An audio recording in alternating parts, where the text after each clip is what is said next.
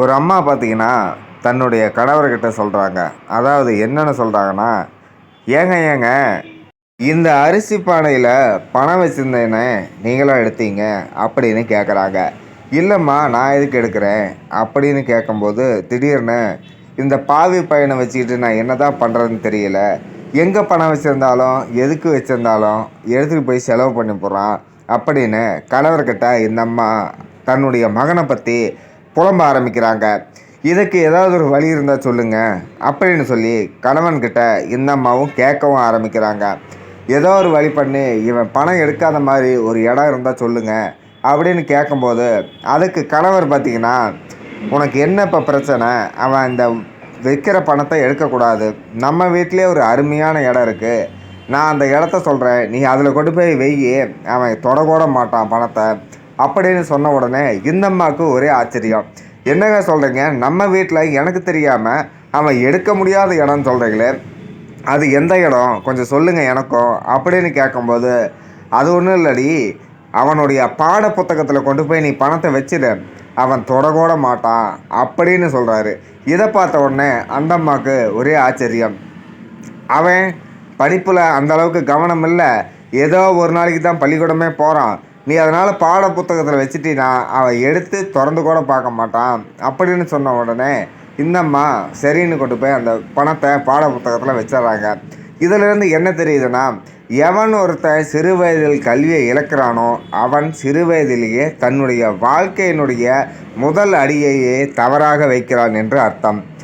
ஒருத்தர் பார்த்தீங்கன்னா ஒரு இடத்துல உட்காந்துருக்கிறாரு. அப்போ இன்னொரு நபர் வந்து அவர்கிட்ட கேட்குறாரு, "ஏங்க ஏங்க புத்திசாலிக்கும் முட்டாளுக்கும் என்ன ஒரு வித்தியாசம்?" அப்படின்னு கேட்குறாரு.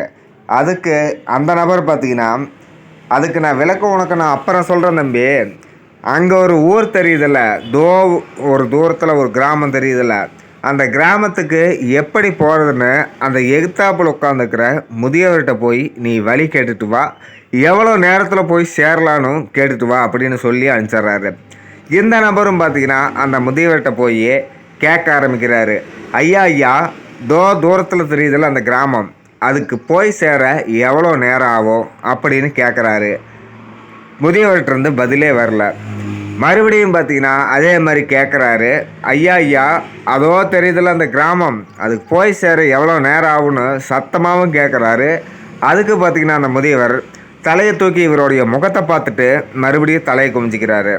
சரி, முதியவர் ஏதோ காது கேட்காதவர் போல இருக்குது, நம்ம மறுபடியும் திரும்பி போயிடலான்னு கொஞ்சம் தூரம் மறுபடியும் வந்த வழியிலே திரும்பி நடந்து வர ஆரம்பிக்கிறாரு. அப்போ பார்த்தீங்கன்னா அந்த முதியவர் இந்த நபரை கூப்பிட்றாரு. "தம்பி தம்பி, இங்கே வாப்பா" அப்படிங்கிறாரு. மறுபடியும் ஓடி போய் அந்த முதியவர்கிட்ட நிற்கிறாரு. "இப்படியே நீ நடந்து போனேன்னா 5 நிமிஷத்தில் போய் சேர்ந்துடலாம்" அப்படின்னு சொல்கிறாரு. "ஏங்க ஐயா, இதைத்தானே நான் முதல்ல 2 டைம் கேட்டேன், நீங்கள் அப்பயே சொல்லியிருக்கலாமில்ல" அப்படின்னு இந்த நபர் அந்த நபர்கிட்ட கேட்கும்போது பார்த்தீங்கன்னா, அதுக்கு அந்த முதியவர், "ஏப்பா, நீ எவ்வளோ விசையாக நடக்கிறேன்னு பார்க்காம எப்படிப்பா நான் சொல்கிறது? பொய் சொல்லக்கூடாதுப்பா" அப்படின்னு ஒரு விஷயத்த சொல்லி அனுப்புகிறாரு. அப்போ பார்த்தீங்கன்னா இவர் யார் வேணாலும் கேள்வி கேட்கலாம். அதற்குண்டான பதில் பார்த்தீங்கன்னா நம்ம சிந்தித்து செயல்பட்டு தான் சொல்லணும். அவசரப்பட்டு சொன்னோம்னா அது தர்ம சங்கடத்தில் போய் முடிச்சிடும்னு இந்த ஒரு கதை உணர்த்துது.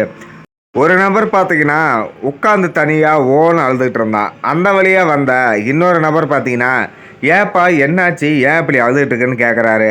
"ஐயா ஐயா, என்கிட்ட இழக்கிறதுக்கு ஒன்றும் இல்லை, அதனால திருடலான்னு போனேன்." "திருடனியா?" அப்படின்னு கேட்கும்போது, "திருடனையா, திருடன இடத்துலையும் ஒன்றும் இல்லாமல் போச்சு, அதனால தான் உட்காந்து அழுதுகிட்டு இருக்கிறேன்" அப்படின்னு மறுபடியும் அழுவ ஆரம்பிச்சிட்டாரு.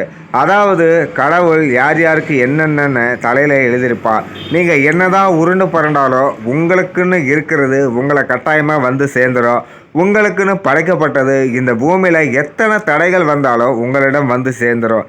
அதே மாதிரி உங்களுக்கு இது கிடைக்காது அப்படின்னு கடவுள் எழுதியிருந்தாருன்னா, நீங்கள் எத்தனை போராட்டம் பண்ணாலும் அது உங்களுக்கு ஒருபோதுமே கிடைக்க வாய்ப்பு இல்லை. இதுதான் இந்த கதையோட ஆழமான பதிவு.